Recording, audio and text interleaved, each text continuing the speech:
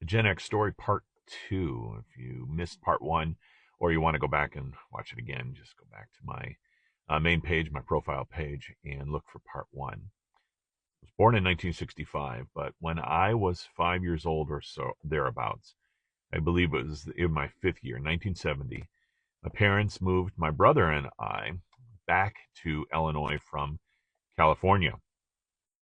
That's where my parents grew up. At least my dad grew up all through his childhood on the south side of Chicago. And my mother had actually grown up in Florida through high school and then had moved back to Chicago with her parents after high school. And now we were going back, and my grandparents still lived here. And we moved into a house at the top of, I believe it's Wilson Hill, Chicago Avenue in Long Lake, Illinois. And there's an interesting, there's some stories about Long Lake, Illinois that are written by a man by the name of Nagel.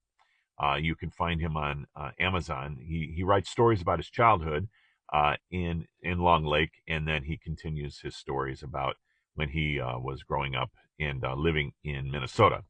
Anyway, there are stories about where I grew up in Illinois. We lived there in Long Lake from I was age 5 to age 10, 1970 to 1975. Top of the hill, small little 3 bedroom, 1 bath house overlooking the lake. We could look down into the creek that ran, or the channel that ran behind our house, where we had our boat and a dock, and then we had access to Long Lake, where we could water ski and fish and all that kind of great stuff. I remember growing up at this time of year. I'm recording this about 9 days before Christmas. Snowy winters, cold, playing out in the snow, ice skating on the channel behind the house, falling through the ice on the channel behind the house. I did that once. I fell on the ice trying to play hockey and got a scar on my forehead. Still have that to this day. Cut it on the ice.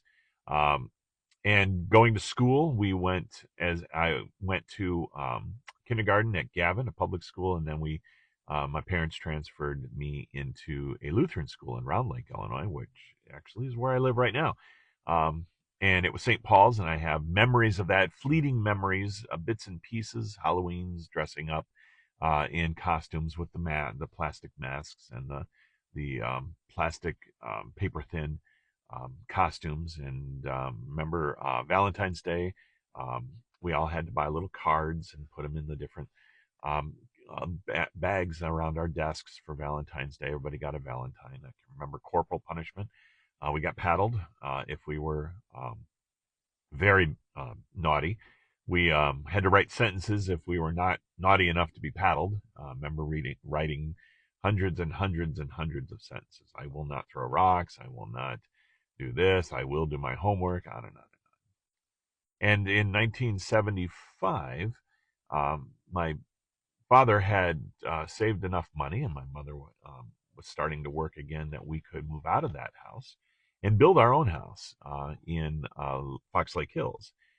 But in the meantime, we sold the house. We moved into an apartment for about 2 years in Ingleside, just down the street from a drive-in Dog and Sons. And I remember that. I remember playing baseball out there, Little League baseball, with Fred's Mobile and Thielen Ready Mix until we were able to move into the house, and that will be in part 3.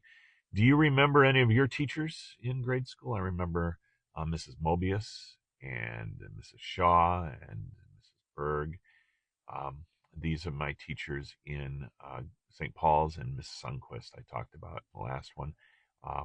And that was my kindergarten teacher. I remember I also had chickenpox at the time during those years living in Long Lake. I'd stay home for a couple days going through chickenpox and calamine lotion to help with the itch. So that's part 2 of my Gen X story. It's amazing how these stories at least interest me, and they help me understand the man I am today. Just about turned 60 years old. So this is something 55 years ago, 50 years ago. So thanks for watching. I hope that you found it interesting. Let's hear your story. Gen Xers, I'd love to hear from you and what your story is, because we need to let the next generation know who we are and where we came from.